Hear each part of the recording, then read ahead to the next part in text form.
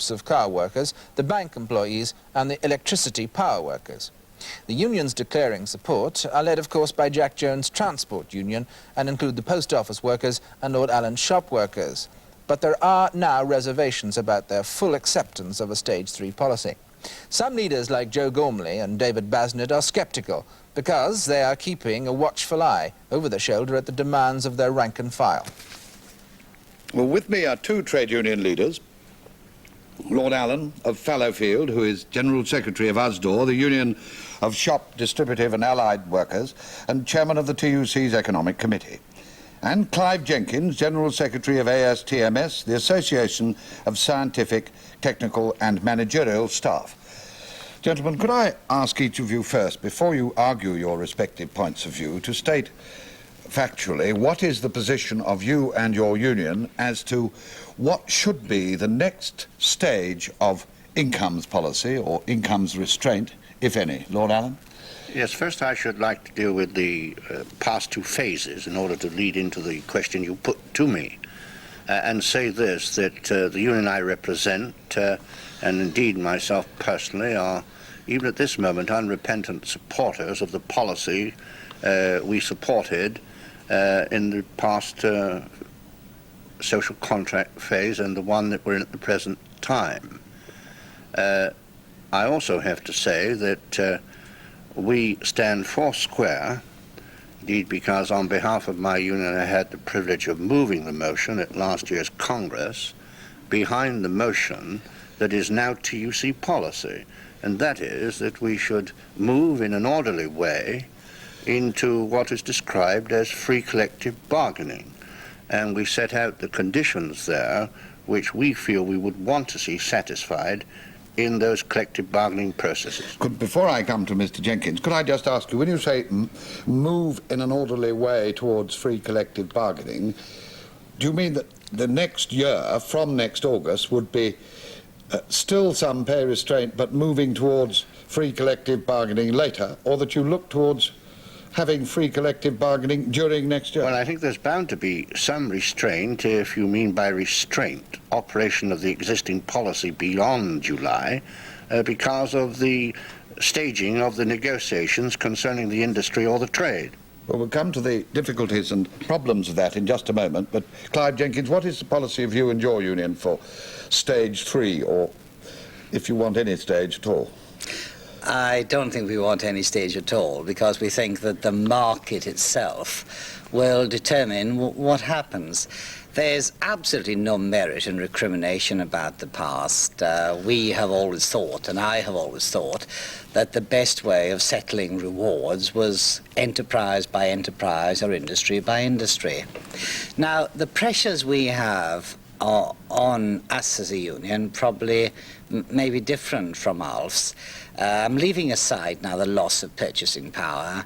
I'm leaving aside the problems of people, say, in the £3,000 to £8,000 a year bracket who haven't managed to catch up with the increases on their mortgages or travelling, say, into London or Glasgow or Manchester.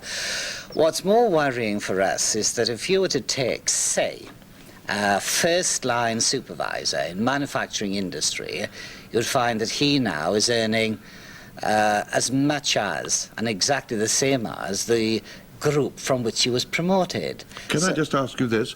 I don't want to interrupt you, but I do want to clarify what you're saying is your policy from next August. Are you arguing that there should be, from next August, a complete free-for-all in wage bargaining?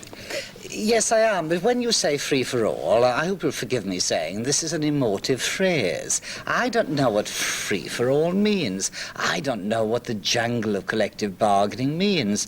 I think that what you mean is we are operating in the marketplace and we are subject to the disciplines thereof. Yes.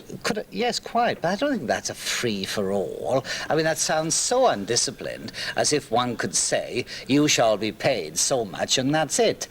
What I'm worried about is that people who are promoted from a working group because they are especially meritorious and they then take on additional jobs are getting no more than the rest in the group, or, I put it another way, are getting less. Now, that won't do. Could I bring in Lord Allen at this stage? Do you agree with that? Well, it's not for me to agree or disagree. Oh, yes, I'd love to have you on my side. Well, I'd like to think that you are a meritocrat as I am. I am a meritocrat, but I'm also in this discussion a chairman, and I'd like to ask Lord Allen to concentrate, first of all, on what Clive Jenkins and his union think should be the next stage, which he doesn't want to call a free-for-all, but many people might, for want of a better phrase, call it just that. Well, let me first say that my union, I think this is the position that Clive's in, unless I'm wrong, hasn't in fact made up its mind yet about whether there will be a third stage or what we do July onwards. Indeed, the movement has to make up its mind. That's why it's going to have a special Congress. When I referred to stage 1 and stage 2 of the social contract, I wouldn't want it to go broad that the members I represent are in their demands any different than those Clive represents, because they too have had their differentials eroded. They too are denied an opportunity to be rewarded for their skills, and they too want to make some contribution to the incentives. But equally, there are a large number of people, I'm sure of this in my union, and I'm sure there is in the country generally, who are desperately afraid of a wage explosion. Well, now, could you tell me, and I want to make sure we get this clear, because I think otherwise some of our viewers may get a little lost in your discussion, what will be the consequences of what Clive Jenkins wants to see on inflation and unemployment? The consequences? In what way do you mean? I don't know. This is what I'm asking you. I mean, you don't want to see what he has advocated, do you? I want to see, and indeed the movement wants to see, and I go by last September's policy decision. Yes. They want to see a return to bargaining. We are bargainers anyway. They want to see a return to bargaining. And in that, they want to try and recognize what comes out at the end of the bargaining, that skill is being rewarded better than it can be rewarded at the present time. They want to see that the erosion of differentials that have taken place because, inevitably, because of stage 1 and stage 2. That is not to suggest that stage 1 and stage 2 at the time weren't right. I believe it was right. But since then, we've had the erosion of differentials. We've had many other things happen, particularly at the bottom and also at the top of the wages or salary level. But you still want to see, from next August, some kind of pay restraint policy, don't you? Yes, I do. What I would call but he wants managed. none, you see. I want not so much pay. I'm not advocating pay restraint. I'm advocating managed collective bargaining. Who is going to manage it? Well, this will depend on the bargainers, and that may well be a good question. Now, do you I hope the bargainers, the employer and the trade unions will. Now, what about that, Clive Jenkins? Lord Allen says he has the same objective as you in one sense, collective bargaining, but he wants from next August some sort of system. He doesn't like the word restraint any more than you like free-for-all. He wants something managed. Now, can you see how that would work? I think you have to leave it to the bargainers. My problem is this, that I have dedicated, it seems a long time, 30 years of my life, to creating salary structures that look slender and tapering like an elongated pyramid. Now, in the last 2 years, as a result of the nationally managed policies, I've now got this squat, lowering pyramid in which payments for results have become very tiny. I want to make this point about differentials and incentives.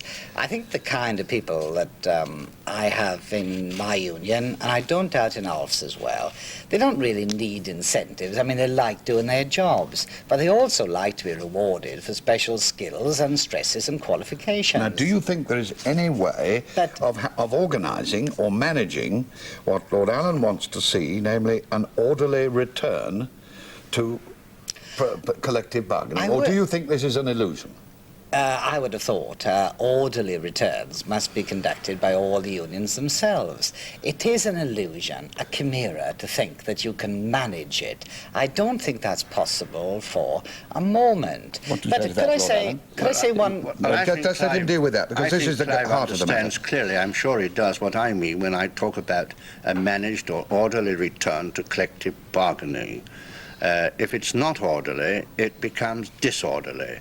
And that drives us back to where we were before we had stage one. Do you agree with that? That is one of the greatest fears that I think a lot of trade unionists have in their mind. With a wage explosion? Absolutely. Which will get them no real benefit? Absolutely. What about that? I don't think you can